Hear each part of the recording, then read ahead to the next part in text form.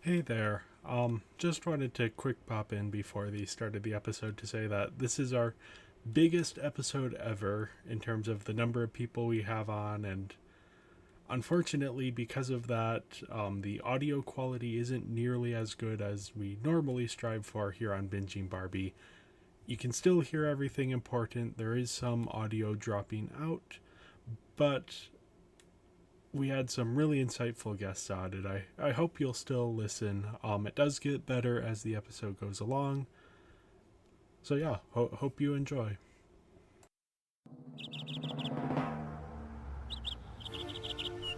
Hiya, Barbie. Hi, Ken. You want to go do a podcast? Sure. Jump in. Ladies and gentlemen, Barbies and Kens, Chelseas of all ages, and everyone else, welcome to Binging Barbie, a Barbie movie podcast. I'm your host, Jay. For those of you just joining us, we are a podcast about Barbie movies. This week we'll be finally talking about Greta Gerwig's Barbie movie. Unfortunately, my co-host wasn't able to make it this week. He will be joining me next week to do a more in-depth review. But right now, I have some wonderful guests here to talk about our first reactions. I'm nothing outside of your gaze. Without you, I'm just another blonde guy who can't do flips. For our 12 Dancing Princesses episode, we have my sister, Emma. Hello. You've also been on other episodes. That's where people will recognize you from. From our Diamond Castle episode, we have Bethany, Emma, and Katie. Hello. And from our Mermaid Tales episode, we have the host of the Frankenfiles, Samariel. I am the queen of the waves. So yeah, we're just gonna start by going around the table. Some people can't stay as long, so we're just gonna give our spoiler-free thoughts and dive right into Spoiler free. Oh, Yes. okay. So just sort of like, did you like it? Was there a moment that stood out? Obviously, not a spoiler moment, or like if you just want to say the production design was good, you can. So yeah, so We should have warned us in advance. I thought it was a lot of fun. I thought there were parts of. Okay, maybe I don't want to go first. Okay, somebody else go first. I can go first. Okay. It was good. It felt very Greta Gerwig-ish. I'm not sure what I mean by that yet. But and one of my favorite parts was probably any of the giant dance scenes, basically. True. I liked the main giant dance scene. Hell yeah.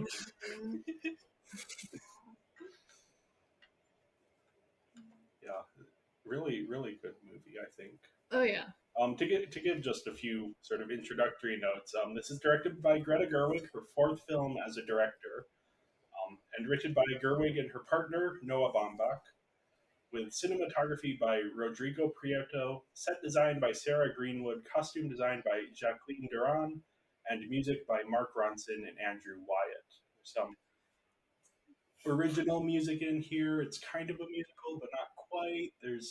It's a movie that has some music numbers in it. Yes. Yeah. It's a lot of things. I think Stunning it's a lot musical numbers. Oh, But yeah. Go on. There's so much to it that it's difficult to Oh yeah. narrow down. Yeah, there was definitely, I think there was more singing in it than I was expecting. I was not expecting characters to be singing at me or at other characters. Did Margot Robbie sing at all? Only in the car when they were driving. Yeah. I think that's the only time that Margot Robbie was singing, which is a damn shame because I think she actually is a very good singer. She doesn't do it enough. She did a great job, though. Oh my god! Excellent. Holy crow! I should stop slapping the table. But yeah, no, Margot Robbie. The acting in this was stunning all the way around. Like I cannot stress enough how much love and effort and care was put into this film. Like there was a lot of just solid work that fully paid off in almost every direction. Yeah. Just like the costumes, the references, the acting, the design, like it was so good. Yeah. Just everyone understood the assignment. They Indeed. knew what they were going Indeed. Yeah, and it definitely made me tear up more times than I thought it was going to. Yes, big.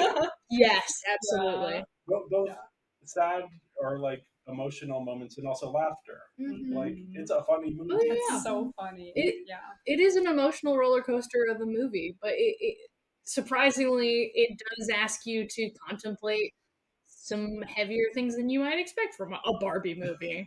I was not expecting that at all. I went and I only saw 2 of the trailers and I didn't look into the Barbie movie that much, so I came in with 0 expectations. I was like, wow, this is a lot deeper than I was thinking it Yeah. could. I knew we were going to get some critique of gender stuff because you can't make a movie about Barbie, especially of like the stereotypical Barbie entering the real world and not being like having those conflicts come up and like dissecting that a bit.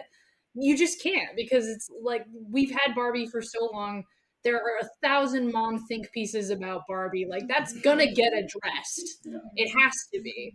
But it was significantly more like I don't know, philosophical and genuinely thought provoking than I guess I thought it was going to be. Yeah, I do want to give us some time to dive in, so let's just go for spoilers now. Hell Let's yes! just dive in. Gloves are off, baby! People haven't seen it, stop listening now. So when Barbie dies, no, she doesn't die. She doesn't die. She thinks about that. She thinks about Will death. die. It's interesting.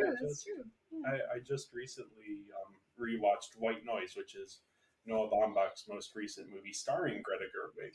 And that movie is entirely about the fear of death and how that motivates people and how they cope with it. Mm-mm. And it almost has a very similar tone where it's like lightly comedic, but it's also sort of philosophical. And then it ends in sort of this hopeful way. I was getting like notes of that here. So it was an interesting double feature. As much as obviously the Barbie Oppenheimer double feature. I'm seeing Oppenheimer tomorrow morning. So Hell I'm yeah. not doing it on the same day, but I'm doing that. Hell yeah. Yeah. Honestly, you should do like a special episode of the Binging Barbie podcast. You just talk about Oppenheimer, but you have the same tone. The tone does not change. Barbie's in I think you should wear your I Barbie am movie become outfit death. to Oppenheimer tomorrow. Well, we wore our Barbie movie outfits to Spider-Man. We did. Hmm. To Spider-Verse get movie. I could just wear this to Oppenheimer, and I feel like people wouldn't get a lot of Yeah. questions. For the listeners' reference, I kind of look like a goth Barbie right now. yes, So, they yeah. look spectacular. Everyone looks Thank spectacular. you. Oh yeah, Well, the I'm outfits just tonight are ordinary stunning. Barbie. Yes. But you still look spectacular. I'm in a room of gorgeous people, and it's agony. I remember seeing, I don't know how long ago this was because time doesn't make sense to me anymore, but somebody was interviewing Ryan Gosling about this role in particular, and he talked about apparently he has children. I don't really know. Amazing. He's got some child in his life who has Barbies and Kens, and he one day, like went out to his backyard and found a Ken doll just like lying face down in the dirt, and he was like, "This is." I don't know, like this is. I'm taking this into me as that part of my role. From what that was when he accepted the role of Ken. Was seeing the Ken face down in the dirt, And I really, I can see it. and he brought that forward he did- tonight. He did a great Oh job. my god, the Ken storyline did not go where I thought it was going to go. I was not expecting there to be nearly that much Ken storyline at all. Right? Maybe I should have The foreseen character that. development of Ken. That is one thing that I feel like with this movie, like I really, really enjoyed it, but I feel like there were a few too many things going on where I was like, I wish they would have like kind of focused more on like one or two of the things because I feel like there were like 4 or 5 things. There that, like, was were not really a ton of breathing strong. room. Yeah. Yeah, and I felt because yeah, I think there were a lot of really wonderful moments, but I was like, oh, but I feel like I wish we had more like build up to this moment or like more that was dug out for the space of this moment rather than like, oh yeah, we're gonna have this and this and this and this. Which those were all wonderful moments, but I do feel like at the end I was like, oh, kind of yeah, wish we would have dug in deeper to one thing or 2 things. I almost wonder because for me, with the other Greta Gerwig films, except for Nights and Weekends, which is its own beast. Not beast. It's not. Mm-hmm. It's its No, own keep thing, digging. but- It'll be great. But I did a whole episode on it. It's rambly and whatever. But with her other films, with Little Women and with Lady Bird, each time I revisit them, there's so much depth to the characters in different things. You know, Emma Watson's character in Little Women, the first time I saw Little Women, I'm like, oh, she doesn't get as much to do. Her role's like smaller, but then rewatching it most recently, she had scenes that made me like cry because of how deep the emotions was, and it was just like the first viewing I didn't catch on to it because there was so much else going on, but revisiting it, it kind of hit me. So I do kind of wonder if this is just so full of information that you kind of need some time to. Yeah, this does seem like something that would be good on a rewatch to kind of like really dig your teeth into it. But I do think it is also fair to say that maybe there are some ways it could have gone deeper into things. Yeah. True.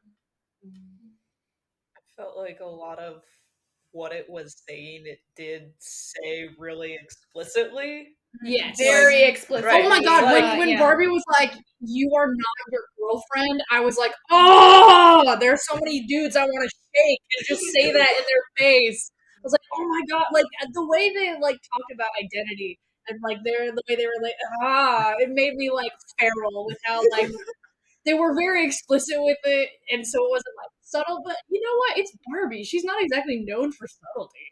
Right. Yeah. So that's maybe part of just what the whole movie is. It's none of it's subtle. Speaking That's of the message. subtlety, did anybody notice the Chevy commercial like a third of the way in?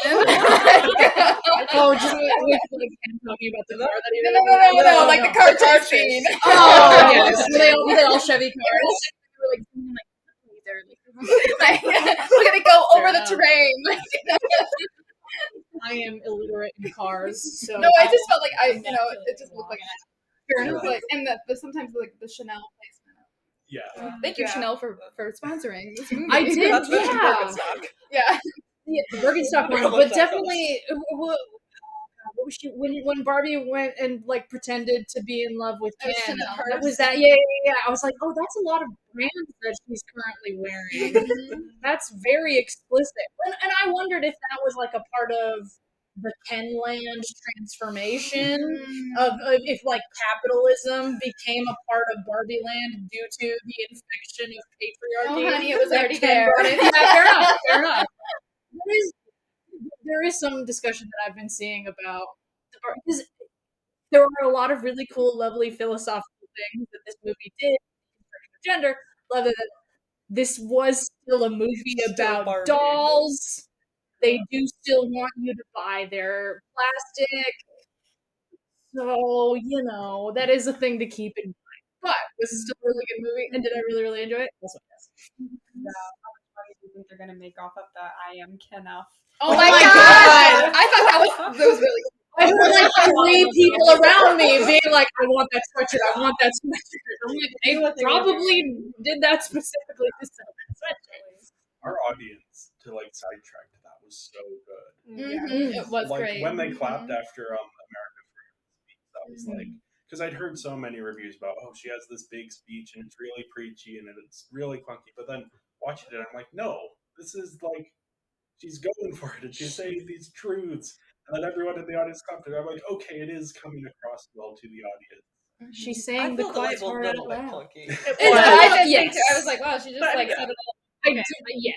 Yes. It wasn't a planned speech though. She was just like, "This is all I've been dealing with," and was getting it off her chest. So I felt like it worked. Yeah.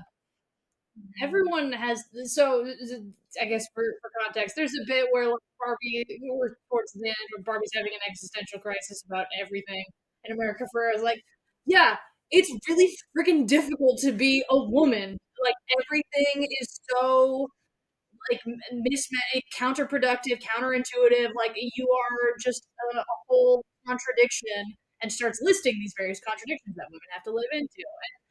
I can see why it would come across as clunky and like difficult and whatnot, but like sometimes when you're trying to get the shit off your chest that you have on your chest, it doesn't come out nice or pretty or clean.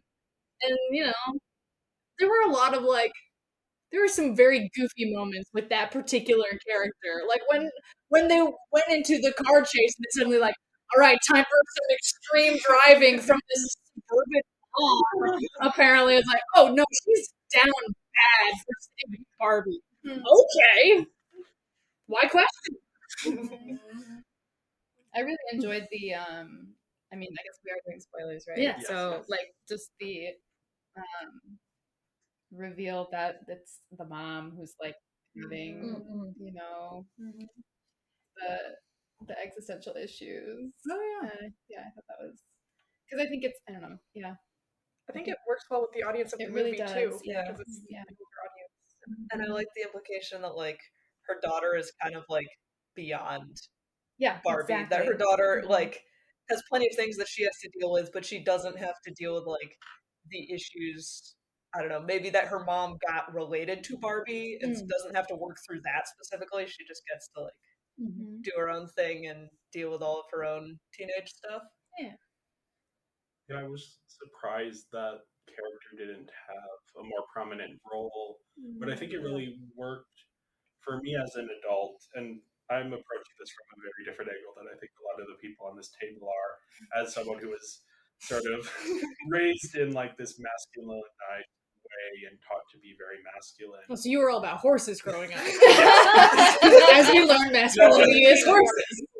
But yeah, there are these things where like things that just the sort of, I don't know how to articulate this quite, but like the contradictions of being a woman, that's not something I've had to experience to that degree, to that sort of, there are aspects of my life where I can relate to a lot of that stuff, but that is sort of separate from my experience. And so it's valuable to me to have this movie be like, hey, these are the things. And then also there are things that I can relate to. It's, yeah. Any conversation of gender is going to have those like, it's not universal and no one experiences it in the exact same way. But I felt like this movie just had so many insights into it that felt very, very insightful. Yeah.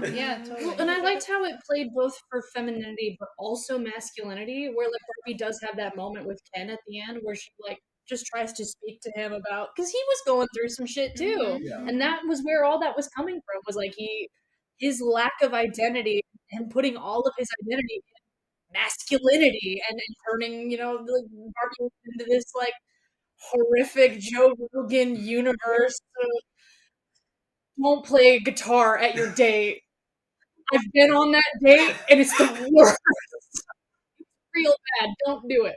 But like of like getting to have those moments, because like Ken is also struggling with stuff. Like it's not perfect for anyone in the particular situation. Like they both have their struggles and they both got to address that.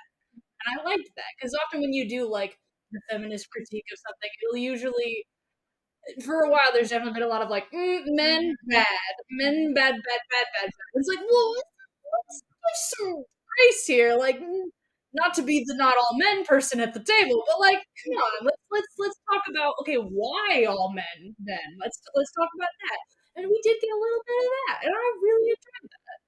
And I for one identified a lot with Alan, who's sort of the male character who is kind of, and that's like he reminded me a bit of August from my favorite film of last year, Women Talking, which has a lot of similar sort of, let's dive into the sort of feminist ideas, and that there's this one, I think one of only 2 or 3 male characters who actually get focused in the film. Like all of the other characters, you don't even see their faces. But he's sort of like trying to find his place and like, how do I be a man or like masculine within the society without sort of or being aware of like the struggles that women face and the struggles that non-binary people face. Like how do you hold those things? Where do you find the positive masculinity versus the toxic masculinity? And that's, I appreciated that. You know, this is a Barbie movie. They could have just done the girl boss feminism, but no, they're actually interested in digging into what are these ideas? Where do men stand in this thing? Yeah, they could have left it with Barbies taking over again, and then the kids are just back to where they were. But instead, they're like, no, you can find your place here. And also with the Barbies like taking back over, they were like, we don't want things to go back to the exact way that they were. Like, let's get some nuance in here. Let's have some. And I was like, yes, absolutely. We got a motherfucker in there. Also, it was censored, but it was a motherfucker. And I was like, yes. I loved it. Oh, stunning. President Barbie, I love you. Yeah. Oh, so wonderful. Yeah, I did feel a little bit called out by the over-explaining movies thing. I was like, I have a podcast that's talking to people about Barbie movies. Oh, It's kind of like, God. and I'm aware of it as like a thing, and I've tried over the years. I used to show my high school friends all of my favorite movies, even though they weren't movies that my high school friends would have liked. And I kind of learned eventually, like, oh no, I need to like show people movies they will like, because and my sister Emma and I were talking about this on the way over, of sort of like there's the competing desires. There's the like, I want to show people movies because I want to spend time with them, and there's the I want to show people movies to show how smart I am. Mm. And That's definitely something I do too. So not just a guy thing. I don't have that problem because all the movies I love are stupid. So there's nothing to Exactly. But still plenty to talk about. Thank you. Right? I have a YouTube show where I talk to people about movies. yeah, I don't know. I'm always a little bit wary of the stories that are like, what if the underrepresented or the marginalized group had the power, and what if they were doing the exact same wrong things? But I think this movie handled it tactfully. Yeah. And I think they were doing it more as an eye opener than a solution. They weren't saying, "Oh, we should flip the scales." They're saying, "This is like even with the scales flipped, that's not what It we was want." also bad. Yeah. Yeah. And I think that helps bring it into perspective too, because some of the discrimination women face is just so normal to us that we don't realize it. But then when you have guys facing the same thing, you're like, "Oh, wait, never mind." Well, and with Barbieland, it was very non-sexual and non-threatening. Like nobody was threatening violence, and nobody was threatening specifically sexual violence. I didn't know what to do if you stayed over. Exactly, but in the real world, like some of the first things that happen is Margot Robbie as Barbie, like getting verbally harassed in several, and then physically harassed, and then more verbal harassment. So yeah, I did appreciate like. I mean, obviously, Barbie's not going to be sexually threatening. That's a weird sentence that I just said. Saying it felt weird. But, like, yeah, it was using that as a lens to discuss our world and the issues there. It was really cool. There was one more thing I wanted to discuss. I wanted to see what people thought about the whole, like, Mattel, like... corporation? Well, yeah, just, like, them as, like, a character. And, like, what... that whole line of the plot. I do wish like that. I mean, obviously they couldn't do much with it because Mattel is still Mattel, and so like you got the obvious crack of like, oh wow, this is a room full of men, of old white guys who are making. Some were slightly young, but like. Yes, some weren't white guys. We're not white guys. But it was still like a room full of men whose whole thing was, making things for women, and but that never really gets resolved. Like you brought it up, and then it's like, well, there they go. Because they're mostly there for comic relief and vague plot stuff. So there's not a lot you could do with it, as well as Mattel, the company, is still the way Mattel, the company, is. So. That's why I was thinking, like, rather than proposing a solution, this movie is more just showing you the problems. Like, this is what the world is like, and brings it to light through, like, comedy and satire and all these. Yeah, even you brought up the ending being sort of satirical with the maybe eventually the kids will have as much power in the Barbie world as women have in the real world. Yeah. And that's sort of like, they haven't fully solved the issues, although we've seen. Yeah, it's not a happy ending because you know how women don't have much power in the real world, but it really brings the issues to light. Yeah, what specifically about Mattel were you? I don't know. I was just like, I think like now that the movie's over, looking back, I was like I guess it was kind of silly to like watch all the Mattel like businessmen like going back into Barbieland, but like did that really mean a whole lot? Like True. Not a ton, no. Well, and a good plot forward. Yeah. A little bit, yeah. And I think a good chunk of that was maybe because obviously they were going to have to consult with Mattel to make any amount of this movie. So this was sort of. It was produced by Mattel. Yeah, exactly. So this was sort of the amount of mockery for Mattel that Mattel would allow. I don't know how much further they would allow it to go. Just because it's like, yeah. look at these guys. They're so goofy. They're so silly. They're not doing anything bad. They have like a problem, but they're mostly good. And they had all these jokes about like making money, and I was like, haha. Right. I mean, but also like, it's Barbie, and part of the whole point is like, They are here to sell you plastic. okay, like this is Barbie, but like we're all human, and ultimately she goes off to be human. That like there's most of this you can't actually just do in the Barbie world, like, and yeah, whatever happens with Mattel happens in the real world. Fair enough. Did anyone else think that at the very end Barbie was going to interview for a job at Mattel? Yeah. Is that like where you're Or, like, sitting? a job I thought she was fair. going to interview for a job. I I did- was pleasantly. I did think it was a job interview, and then I was delighted that it was for gynecologists. But R.I.P. to Barbie on her first period. That poor girl.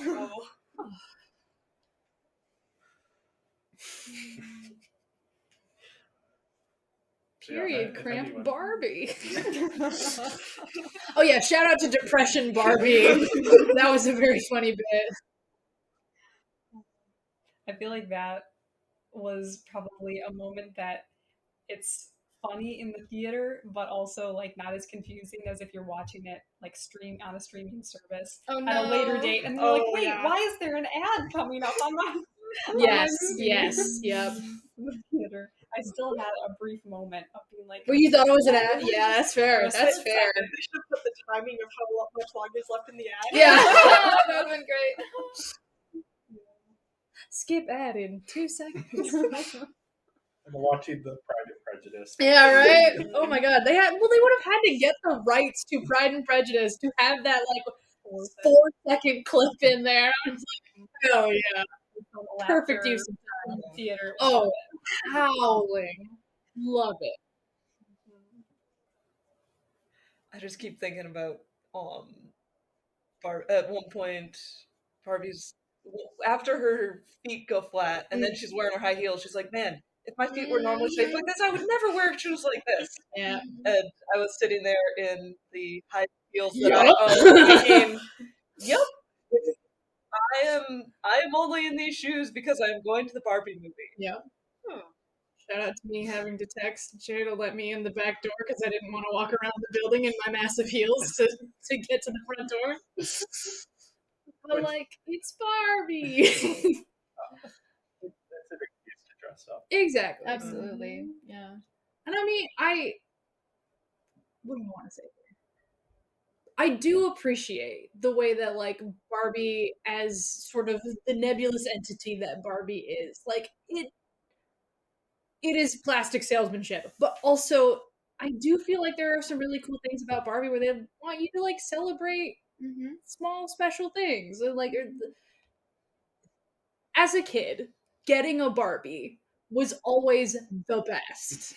Like I cannot speak enough about yes, hell yeah. Jay is currently holding up a Barbie. I love it. Like I cannot like stress enough how much like the Nutcracker Barbie doll meant to me as a kid, and how much like in that movie holds such a high place in my heart. And like it is a goofy, silly thing where they're trying to sell me dolls and toys and whatnot. But like that wasn't nothing. It wasn't just that. There was more to it, and it meant a lot to me as a person and gave me language and space to kind of express things that I might not have had the ability to express. So, like, it is goofy plastic salesmanship. But also, there is something really special about Barbie, which is why we're sitting around a table after a year of this podcast, after watching a movie that several thousands of people worked on. Like, Barbie is special. There are problems with it, but it's special. It reminds me almost a bit of White Noise, to go back to Noah Baumbach's last film before he wrote this one.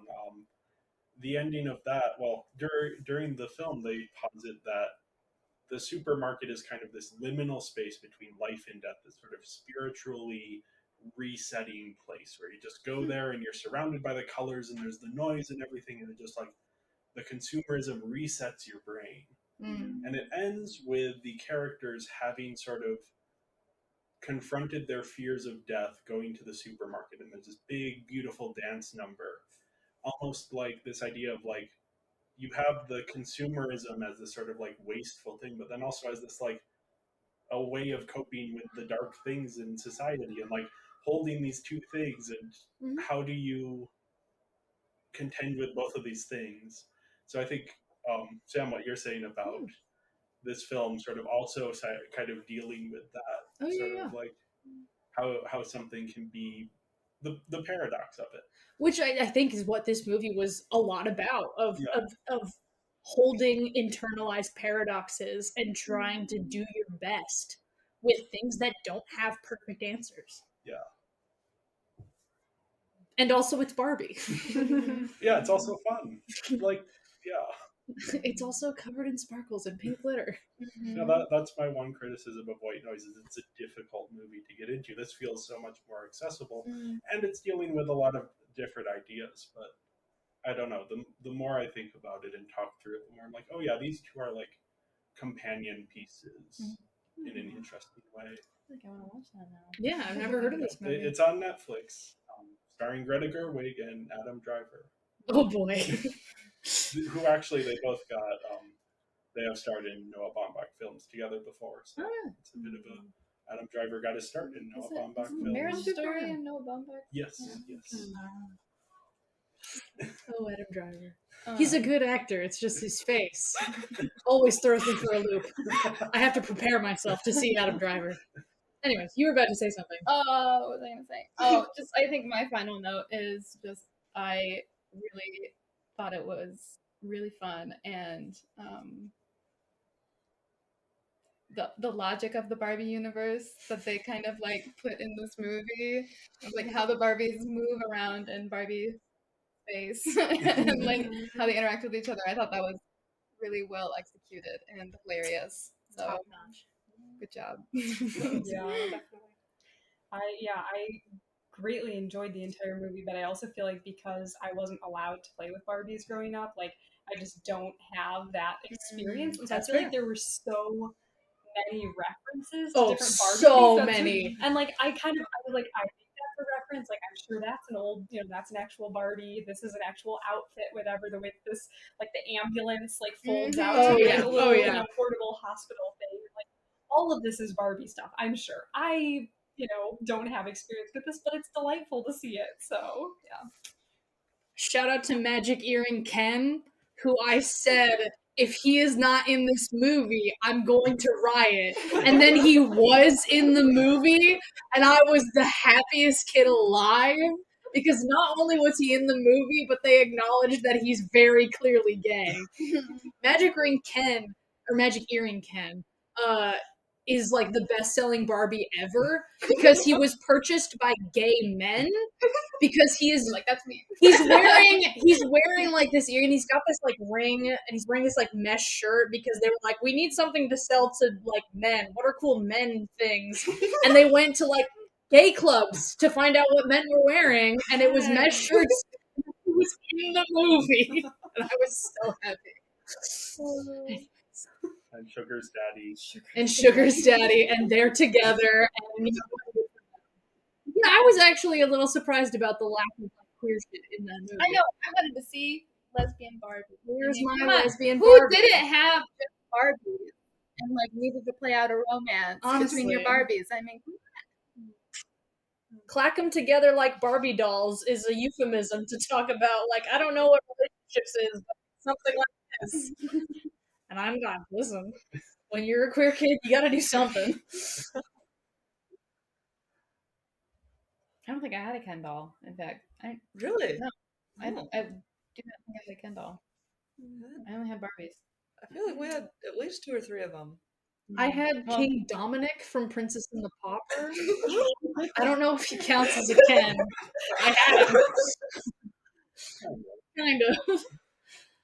Although of all of like the Kens, he's the transest of them all. So you know. Anyways,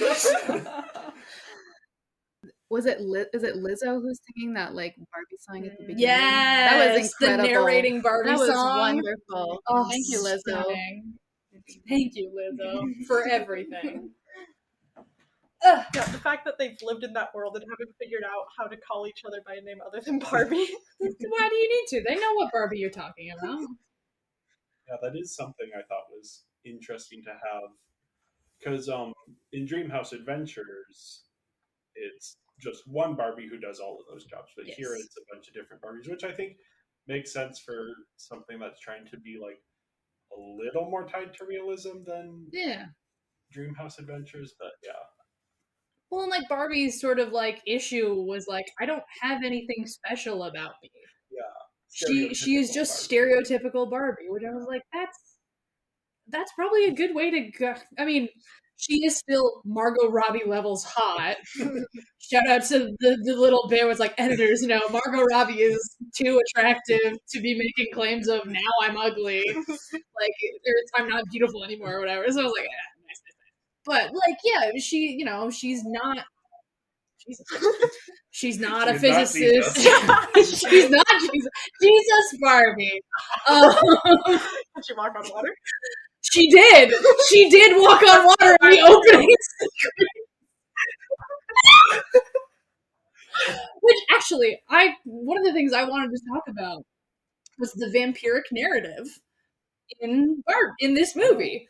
Well, just because a lot of vampire stories. Okay, hi, this is Samariel. I'm the only one who's still here. Me and Emma, and my specialty is vampire stories and spooky shit. So, hi. A lot of vampire stories and narratives have to deal with immortality because that is one of the major aspects of vampires, that they live forever. And so the sort of inciting incident of this movie is Barbie staring into eternity and going like, the rest of forever is just going to be the best day ever. And that is what makes her crack. And her solution to this at the end of the movie is to become mortal and to eventually die. Because, well, like a lot of like philosophy stuff, if you've ever watched like The Good Place and whatnot, like have you finished The Good Place? Okay, cool. Because the spoilers for The Good Place, the way they sort of like end it is like life only has meaning because you die. And so of giving Barbie this ability, like, because Barbie's struggle in this movie is like having meaning, because she spends most of the movie being like, we solved women's problems, and then she learns actually we didn't. Actually, the world is difficult and terrible and whatnot. So yeah, the one thing you were holding on to, it's bullshit actually. And so she has to like find a new way to have meaning, and she does that by becoming a mortal being who will one day die. But first she's going to live. And like having that whole narrative, like at the end when the creator of Barbie, she talks to God and is like, yeah, God says like, hey, life is really difficult. Are you sure you want to do this? Like, you will die, you will hurt, you will suffer, like things are gonna just experience life for a moment, and you tell me if you want that. And she was like, yeah, I do. And so yeah, I was pleasantly surprised by this weird sort of mini vampire narrative in this movie that I was not anticipating such a thing for. But life in plastic, that is literally immortality. Like that's the thing. That's what that means. So I was like, holy shit, that's really cool. Sorry, I don't remember. This is not an explicit podcast. I'm sorry for all of my swearing. This episode I'm gonna mark as explicit, and the one that John and I so do sorry. No, you're good. Okay, cool. I don't remember if you swear, but I swear too much, and I never remember to censor myself. It's fine. But I figure for this one, it'll be marked explicit, just because I want people have brought in good insights that I don't want to have to edit out. So yeah, I was surprised how grown up the movie was. Yeah. Again, going in not knowing anything besides, oh, Barbie goes to the real world. I Yeah. was like, oh wow, they're actually dealing with like heavy themes and stuff too. Super. Yeah. Oh yeah. Yeah, the thinking about death, very adult thing to do. And that's what it starts with. That's that's the beginning. Yeah. That's the way it starts. And it only gets worse. I do have a minor complaint to register because Ken acts like he's never seen horses before, and there are Barbie horses. You can buy them. They tend to be like purple with big long hair that you get to brush. And I was genuinely surprised that they weren't in Barbieland. So not sure what that's about. Also, no Kellys. What's that about? Whatever. Brief Skipper and Midge. Brief Skipper and Midge cameos. I have seen, I didn't read it because it was stupid, but I did see somebody wrote like a whole think piece of like, the way Barbie treats its pregnant character is abhorrent. And I'm like, well, she's not a pregnant person. She's a Barbie. She's always pregnant. Barely a character. She doesn't talk. No. That's Academy Award nominated director Emerald Fennell. Oh, hell yeah. Promising young woman. And she's also an actress, similar to Greta Gerwig, actually. Two of the very few women who have been nominated for Academy Awards for Best Director. Hell yeah. Good for them. Yeah. Would have been neat if they had all been in there, though. I think one of them has passed away. I don't know that Catherine Bigelow would be in a Barbie movie. Or Jane Campion, for that matter. Yeah. It is interesting. This film has been in development for so long, and it has gone through so many iterations. And there was actually at one point Diablo Cody, who wrote Juno, was brought on, and Jennifer's Body, one of my favorite movies. Yeah, and she was brought on, and I believe that was at the time that Amy Schumer was planning to play Barbie. Oh God, no! But Diablo Cody has given recent interviews where she said that, like, yeah, for that one, Mattel just wanted like a F Barbie. This is like edgy. This was back in the earlier 2010s, where that was sort of like the predominant idea around Barbie was like, no, Barbie's terrible. Blah. Whereas this one finds that sort of like it's a deconstruction that then becomes a reconstruction. Yeah. It's both a deconstruction and also like a love letter to Barbie. Yeah, it's the deconstruction, reconstruction, and the love letter. Yeah. All in one. Which is very impressive. Have you seen Lady Bird? I have. That's exactly what Gerwig does with Sacramento. Oh, okay. She's sort of deconstructing them, reconstructing it. And in that film, she even posits this idea of, aren't love and attention the same thing? If you pay attention to something so much, you must love it on some level. Now, that isn't maybe directly tied into the Barbie movie, but I think there is something there of like discovering your love for something later on and realizing how much of an impact it's had on you. And isn't that what this podcast is all about? Earlier episodes. Fair enough. Let's pick up for like Barbie and a puppy chase. Yeah. Oh my God. Yeah, when you told me that title, I had no idea what to do with it. It's like, yeah, fuck, man. Yeah, no, I'm sorry. I think that one was still higher than Nutcracker on your list, though, so yeah. I'm not sure what that's about. Listen, first episode, I feel like I have to constantly apologize for this. I know, and I'm sorry. Our first episode we had, we're still figuring things out. I feel like if I revisited it, I would like it. Just being an asshole. The ballet sequences are beautiful. Barbie and the Nutcracker means a lot to me on several levels, so like I'm very protective of it. And it's my special thing that I watch every year, and I always cry. And like, yeah. The first time I went and actually saw the Nutcracker ballet, full tears, absolute mess in the theater. It still happens every time I go see it. So it's like, I'm busting your balls a little bit here for no real reason. You're also holding us accountable for giving that film a lower score than it deserved. Which I think is a fair criticism of us. That's what I'm here for. Yeah, no, you are our expert. on these Barbie matters. You have now seen way more Barbie than I have. Like I gave up after Mermaid Tale, and I still haven't seen. Wow, hold on. Words? Okay. No, I guess technically, because I bought like a four film collection that was like the Princess collection. So it was Diamond Castle, Princess and the Pauper, which was the main reason I bought it, and then it was also Princess Charm School and Secret Door. So I have now seen all of those movies. But Mermaid Tale was like the last one I cared about. Yeah. So, and even having seen Princess Charm School and Secret Door, I was like, all right, whatever. So, but like, yeah, you are significantly more now the Barbie expert than me. Like, I've seen enough. I'm from a particular era that I know like plenty of. I can talk about those, but like, you are now the keeper of the book, my friends. Why, thank you. The Book of Forest Lore.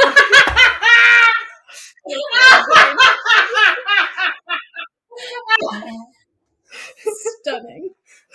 I need a high five for that. Thank you. Book of Barbie. Forest lore. The Book of Barbie lore, indeed. Which I was a little disappointed that we didn't even get. I mean, we got like a half shout out with like Mermaid Barbie. Yeah. But that was kind of it. And then there was the mermaid power reference in the credits. Oh, there was yeah. They were So there was a credit sequence where they just showed like a lot of different Barbie dolls and whatnot. Some which were in the movie and some that weren't. But yeah. Definitely more a movie about the toys than about the movies. Yeah. Yep. Which is fair. I was like, oh, come on. Yeah. Not even a bibble? All right.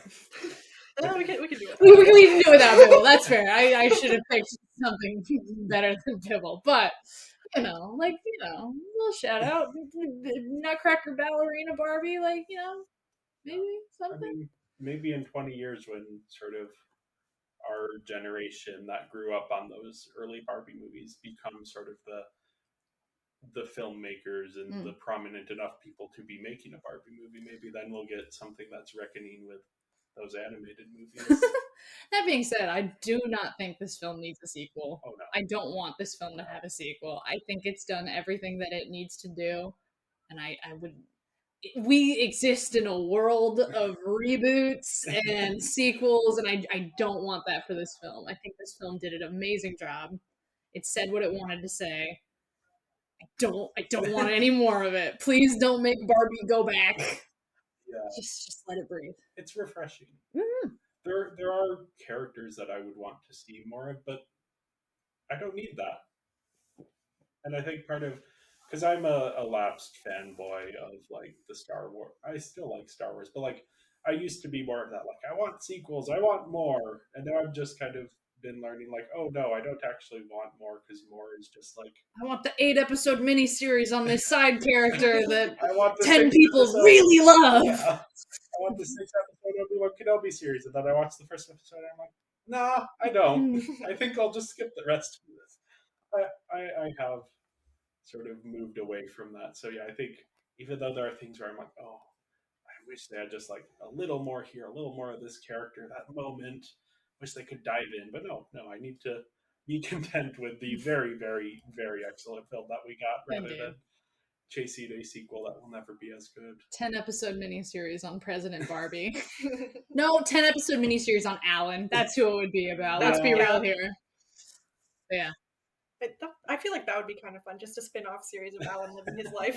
Honestly. Well, he sort of doesn't get the happy ending that everybody else. He doesn't get any real resolution to his problem, which is like he's the only one of his kind and no one else really gives a shit about him.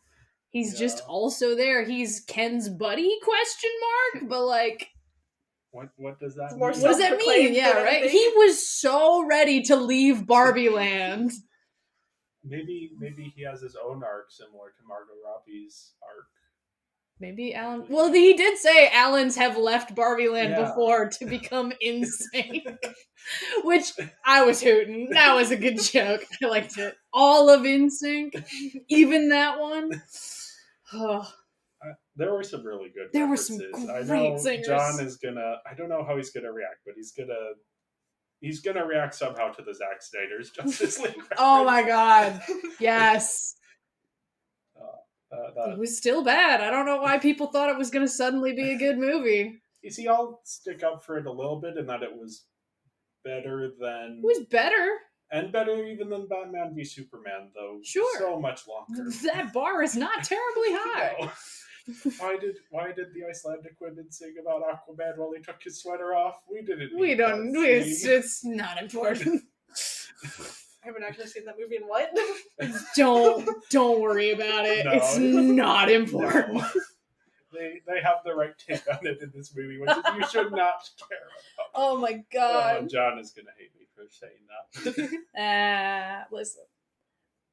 Yeah, all the different schemes they came up with to like distract a dude bro. I was oh my god. They were so good. Yeah. Each one was perfection. And like, yeah, if someone was like, "Hey, I want to watch The Godfather with you," explain it all in detail to me, I'd be like, "Yes." Even though I'm not a big Godfather fan, I would just be like, "Yes, I can watch a movie with someone and talk about it." Exactly.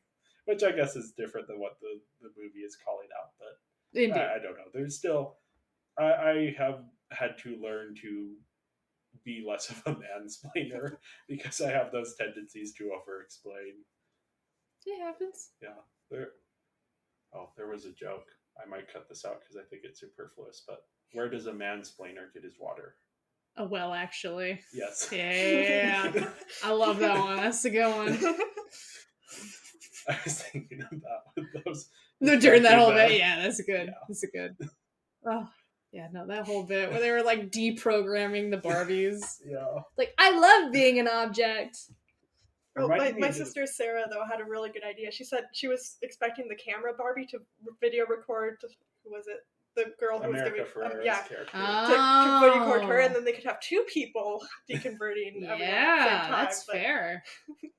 It reminded me a bit of the Cool Girl monologue from Gone Girl. Oh, yeah. That the Barbies were trying to be the cool girls, and then... A little bit. You see, my references for this kind of stuff is all through pop culture. Yeah. Well, I mean, it referenced a lot of pop culture, so... Yeah. Barbie is pop culture. Like, that's part of the game there. That's kind of the reason why this has become such a big to-do of, like, everybody leading up to the Barbie premiere. Yeah. It's been exciting seeing the reactions, and I think... Oh, I saw so many people leaving the theater dressed in pink, and I'm like, okay, I know exactly what you were there to see. Yeah. And it's like, online, there's a lot of hoopla about this. You know, this is a movie about feminism. So obviously online is going to have its thoughts about that. So I was worried that, you know, what if the worst sort of fears are right? What if I don't like this? What if it's too much of one thing, not enough of another thing? But I was sitting in the theater and listening to the audience and hearing how they responded. That it was like, oh no, it's not sort of the thing that the most dismissive people have been saying it is, which I should have more confidence that it wouldn't be. But speaking of the audience, I want to go back again with, if I can find it, showing with the big audience again, because I noticed like halfway through, oh wait, girls are laughing at some of the jokes more, and then guys are laughing at some of the other jokes more. So I kind of want to go in with an analytical eye of the audience, like who's laughing at what jokes. Okay, yeah, that'd be good. I would definitely be curious about the stats there. Yeah. And that there were moments where both sides of the audience were laughing. Yeah, definitely. Moments where everyone was laughing. It wasn't... There were just like some where it was like male, or I guess masculine voice dominated. I can't assume, but... Yeah,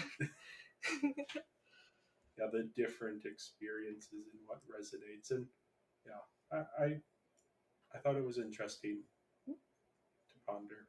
Yeah, well, the movie touches on a lot of different experiences and tries to give voice to a lot of them, and I really appreciate that. Yeah. It was kick-ass. Indeed. Good fucking movie. Yeah. Now that you've given me, like, carte blanche to swear, I'm just gonna keep driving that E as far up as I possibly can. Yep. Sorry. Listen. We're doing this. So it's happening. It's whatever. fine. I'm here now. The Frankenfiles specifically has a second channel for our live streams because they tend to get a little bit more sweary and due to the things that we have engaged with, a little bit more horny.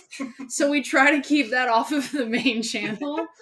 And then we had like a full discussion before we started doing it. I'm just like, yeah, you know what? This is the After Hours channel. Why not? We'll get weird with it. Well, and now we're coming up on our anniversary of our first ever upload, and we asked our audience what do people want us to see to do on live stream, and people voted us reading horny Frankenstein literature. Because I held up a book that is like it's a sexy YA romance novel about Frankenstein, supernatural romance style, with the worst sex scenes I've ever read. And now that I've put that out there, everyone's like, we want to know about it. Oh, yeah. Tell us about this book. The internet, you have to be careful what you tell the internet. So August 13th on the second Frankenfiles channel, Uncanny Hours After Dark. Oh boy, we're gonna be reading a terrible book. Anyways, you can please cut that. I want to keep your self promotion in there. Sure, all right, cool. Yeah, I think the name of the channel is The Uncanny After Hours. Yeah, and I'll link your main channel. Main channel, as well, sick. So. Anyways, yeah. Yeah, I want people to discover my friends who do cool creative things. Yeah. The two people. Yes. Sorry. Don't mean to throw you under the bus. I'm excited for whatever. Yeah, so now that we are here at the end of your big journey with Barbie, with all of the Barbie, what do you think is like your biggest takeaway? Like, what was the thing that you were like least expecting, or the thing that like surprised you the most, or the thing that you're gonna take away from this? Yeah. Feel free to answer any of those 5 questions I just asked you. I think it's interesting because especially the animated Barbie movies are, these pieces of corporate art. They're made with a specific purpose, within specific restraints, and yet there is still an art to it. And where is that art coming through? What are the restrictions? You can kind of feel the restrictions, but you also see where they're creating interesting things in that. So sort of from that perspective, I find the Barbie series very interesting. I was pleasantly surprised by how few of the movies I disliked watching.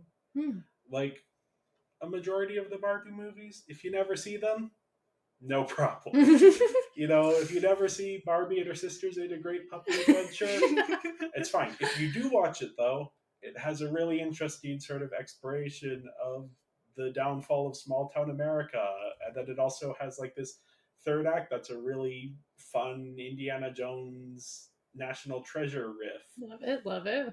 And that's true of so many of these Barbie movies. It's like, maybe not as good as it could have been, but a lot better than it should have been. Mm-hmm. So there is that sort of like that corporate art, and then I approach them more as films than as advertisements because I don't have much familiarity with the dolls. That's fair. But still, that like these exist for advertisement. Even Greta Gerwig's Barbie movie, for as much as it has these sort of grand, lofty, artistic and political ideas that it's dealing with, it is still a corporate product meant to sell toys. You plastic. Yeah. And that sort of space between the two, and where do you find it? And then I'm also just fascinated by what Barbie has meant as a pop culture figure and how that has changed. And specifically in the animated movie, she starts out as like, she's the character you're identifying with. It's her struggles and her growth.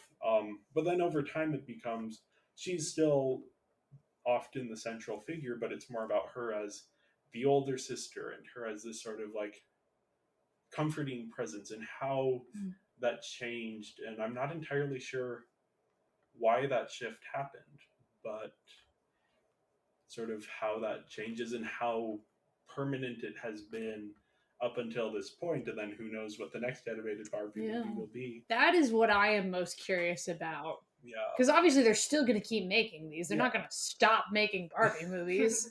But like, now that you've had this big cultural moment of Barbie, which, I mean, obviously this movie is not really for little kids like most Barbie movies are. Yeah. So I don't know exactly we've kind of had this moment of like, this is the Barbie movie for grown-ups, but like, how is that going to channel over in the Barbie movies for children, or if that's going to channel over at all? I have no idea. Yeah, it's the next animated Barbie movie isn't coming out until a year from now. Okay. And it's going to be Barbie Stacy to the rescue or something. All right. Which sounds exactly like what they've been doing a little bit more recently, which is focus on Barbie's sisters, and then Barbie is the supporting character who's helping them along. Okay.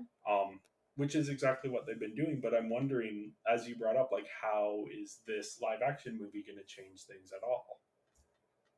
Like, because it's been shaking the ground on the internet, at least for most folks. Yeah. So I'm very curious how that's going to translate over. But what do I know? I'm not a big businessman at the Mattel table. The heart-shaped Mattel table? Question mark. It's a nice little touch that it's like this very feminine coded room, and yet has such a masculine energy to it. Oh yeah. Yeah, it's what you would think the Barbie like executive office would look like. Yeah. And then it's filled with a lot of guys. True. Yeah. I wonder if they start being more cognizant of where women are involved in the process, because there's only been a handful of the animated Barbie movies directed by women. And then generally more often they've had women writers, but occasionally they won't. So I wonder if that's going to be something they're more cognizant about, or if, these are corporate products for a lot of the people behind these movies. It's a job. Yeah. And we are currently in an era where a lot of, I don't know why my voice is being weird all of a sudden. Jesus. We're currently in an era of the Hollywood strike. Like, WGA, the Writers Guild of America, and the Actors Guild are both currently on strike and shutting down various productions. And I don't know the Writers Guild is still on strike, so I don't know how far Barbie Stacy to the Rescue is in production. I don't even know if the writers would be members of I mean, writers write for everything. Yeah. Someone had to write Stacy to the Rescue. So. And we try to be cognizant on our show and even highlight when writers are coming back. But I do know that, like, I think animation isn't covered by the WJA. No, not animation. So. Although I know there are a lot of animation studios who are currently working to unionize. Yeah. We are currently in what the internet is calling hot strike summer, because I believe some Broadway guilds are getting ready to go on strike. A lot of different groups are getting ready to. UPS is getting ready to go on strike. There's a full boycott on the state of Florida right now, which ruined my Halloween plans. But I'm not a fucking scab, so. Again, I'm sorry for swearing on your podcast. So just I wonder how that is also going to affect things, because Mattel is a big fucking corporation. Like, you can't get away from that. Like, this movie was a big Barbie ad, as much as it was also a really thoughtful, philosophical discussion of Barbie and her nature in society. And so it is that cognitive dissonance that this movie was very much about, of how is this going to go going forward? How do we hold this mess of a situation and be thoughtful about it going forward? So I give a big shrug and slowly lean back in my chair. Hopefully for the better. Hopefully for the better. And that's all we can hope for. Yeah, that's very much. I keep thinking of White Noise, which is, I think. Sounds like I need to see this movie. You've mentioned it 4 times now. It's fascinating, and just like the final sequences is just like expression of hope. That within this world that is so messed up and everything, and yet it ends with this big dance number in the shopping mall. Everyone's sort of, and there's even within that sequence there's a little bit of a question there, which is, it's just so fascinating, and it's something that it's interesting to see. This is more Baumbach, who wrote that and then co-wrote this Barbie film. See what he's doing with that, and then also what Gerwig is doing with her more sort of. How is she bringing in her ideas? And obviously, as the director and writer, she has a lot of say here. I don't know. I find that all fascinating of tracking what artists are thinking of and what's on their minds. Mhm. And then what's for the future for them? Greta Gerwig has signed on to develop 2 Narnia films for Netflix. What? Yes. I did not hear about this. Okay, we're getting new Narnia films. Yeah. That's the franchise people want to reboot. All right. Well, here's my question though: is like, because Gerwig grew up going to a Catholic school, so I wonder if she has sort of like some take on the material, because that's like Narnia the exact same, except there's indulgences now. well, because Narnia is sort of Edmund a- has to yeah. buy his. I meant more Sorry. in the, Go on. not because it is sort of Oh. like this series popular within Christianity as this like Yes. as a world religion. So I wouldn't be surprised if she read it as a young kid. Mhm. And even like, does she have this like take on it, or is it just one of those things where she was like growing up as someone who's aspiring to be in film? Was she like, oh, I wonder if I could ever make a film about this? And then now she has her opportunity. So You know what? I mean, it'll obviously take a couple of movies to get there, but I would be really curious to see what she does with Susan in the last battle. yeah, Because I don't know what your listeners are aware of. And Susan doesn't come back for the last battle because she is. The way the book kind of describes it is like she's too busy in the regular world thinking about boys and wearing lipstick. And so which a lot of people have raised issue with, of like, oh, okay, cool. She's too into boys for Jesus wars in the fantasy space. All right. So I would be curious what. Because Greta Gerwig has kind of a good grip on like telling some of those more feminine stories and giving them a solid voice, which in that moment is one of those moments where it's like Susan doesn't get a voice. This decision is made for her. and it is interesting because even though like that's a very misogynist treatment of that character, Susan is the character that is C.S. Lewis's analog in that book, because he, as a young person, moved away from faith and then came back to it later. So even though he's doing this sort of misogynist thing, it is. Or maybe C.S. Lewis just got really into boys and wearing lipstick. I mean, that might also be.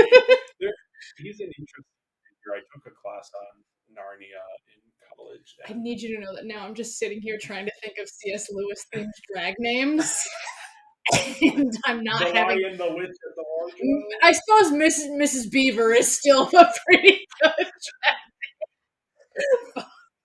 I'm completely off the topic, but we're on Gerwig's next project. Fair enough. I almost felt that just like the ones that have already been adapted by Disney and Golden Media and 20th Century Fox, just skip those and start with Silver Chair and Horse and His Boy. Because those are the ones, especially Horse and His Boy. You have the character of Erebus, who is an incredible character, who is incredibly deep. I think the best of the women characters in the Narnia books. I would argue, though I'm not an expert on that. That's totally fair. But I'd be really excited for Magician's Nephew. Yeah, because I feel like that's definitely one of the more underappreciated Narnia books, and I feel like the most interesting of them, because that's the one where you get the Narnia origin story, which is like wild and crazy, and I love it. And that is on the table, because it's like she's doing two films that she signed on to. Now, there's a writer's strike. Who knows what's going to happen in the next few months? But assuming it goes forward, she could do Lion, the Witch, and the Wardrobe and Prince Caspian. Personally, I think like those have been done. Yeah. Like they did them. She could do Magician's Nephew and then Lion, the Witch, and the Wardrobe, which I think I'm interested for a take on Lion, the Witch, and the Wardrobe, because that's a book that hasn't been brought to film well, and I think her sort of joie de vivre would be good for it, because the Lion, the Witch, and the Wardrobe is all. I'm not going to get too in the weeds on this. It's all about joviality winning over saturnine depression, which is a big thing with C.S. Lewis. Always winter, never Christmas. Yeah, and I think Gerwig could draw out that sort of that like joy and the frolicking in the woods and all of that. I think she would be into that. Yeah. And then Magician's Nephew, that would be a fascinating. I don't know how you. I'd love it. No one's done it yet. Or I suppose, was that one of the ones that, like, the old BBC one? Oh, they didn't even do that? No. They only got to Silver Chair. The Horse and His Boy, Magician's Nephew, and Last Battle have never been adapted to film. Wow. I liked their Silver Chair adaptation. I remember watching that a lot when I was little. Yeah.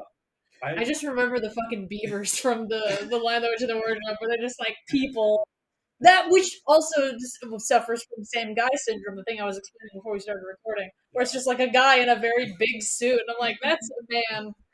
That is a man in a costume. I can see his face. Oh. I just really need to see Mark Rylance play Puddle Glum. Yes. Like, yes. It's perfect of casting not to do. I did hear someone recommend Barry Keoghan as Hot Young Puddle Glum. I don't know Barry Keoghan. Oh, he was in Banshees of Inisherin. Oh, okay.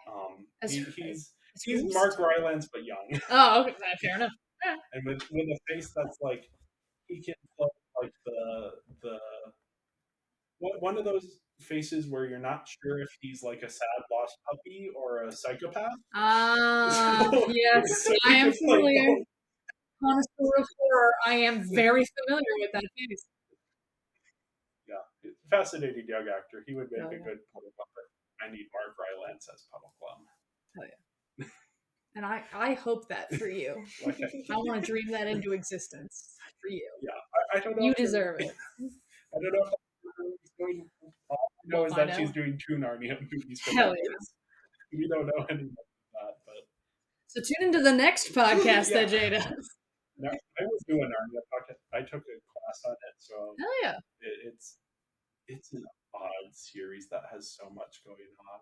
Oh yeah, it's bonkers. But yeah, I feel like we should be wrapping this up. Yeah, fair enough. Topic. Yeah. Any other thoughts before we? I want to watch it again. Definitely.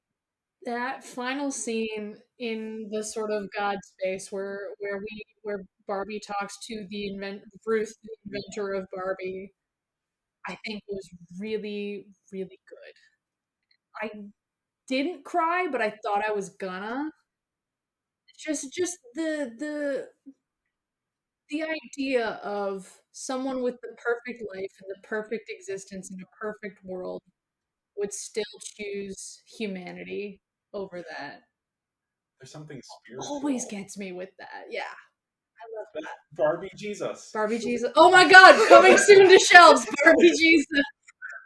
Here we go. Oh. She has come for our sins. She will die for our sins. Barbie Jesus. She has made herself mortal. The fucking like tomb as a playset. Like roll the stone away on the 3rd day. Angels sold separately. Like fucking Barbie Mary Magdalene though. Actually. Cross sold separately. No. The Passion of Barbie.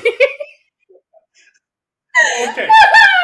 We can have one Barbie sequel. Yes. Oh my God. Anyway, thank you everyone for listening to this very silly episode. Hopefully it was insightful and fun. Make sure to follow us on social media. We are Binging Barbie Podcast on Instagram, at Binging Barbie on Twitter, and Binging Barbie, a Barbie movie podcast on Letterboxd. Come follow us over there if you have a Letterboxd. Very few people do, so we don't have many followers, but I love it as a platform. You forced me to follow. Yeah. I forced you to make a Letterboxd account. Yeah, I had to make a Letterboxd account to follow. Step 1. Step 2. And yeah, follow Samariel does incredible work over at the Franken Files, and I'll link that in the description here as well. Swirling my pigtails over here. And yeah, next week I will be back with John, and we will do our more in-depth review. We'll be giving our scores for the movie, probably talking a bit more about some of the references and all the boring stuff. Yeah, we'll probably be a little less fun than here, but get really into that Zack Snyder comedy. I wouldn't be surprised if we talked about that quite a bit. I'm down for it. Yeah. thank you everyone for listening. See you next week. Woo! Bye. Bye. Bye, Barbie. Bye, Barbie. Bye, Barbie.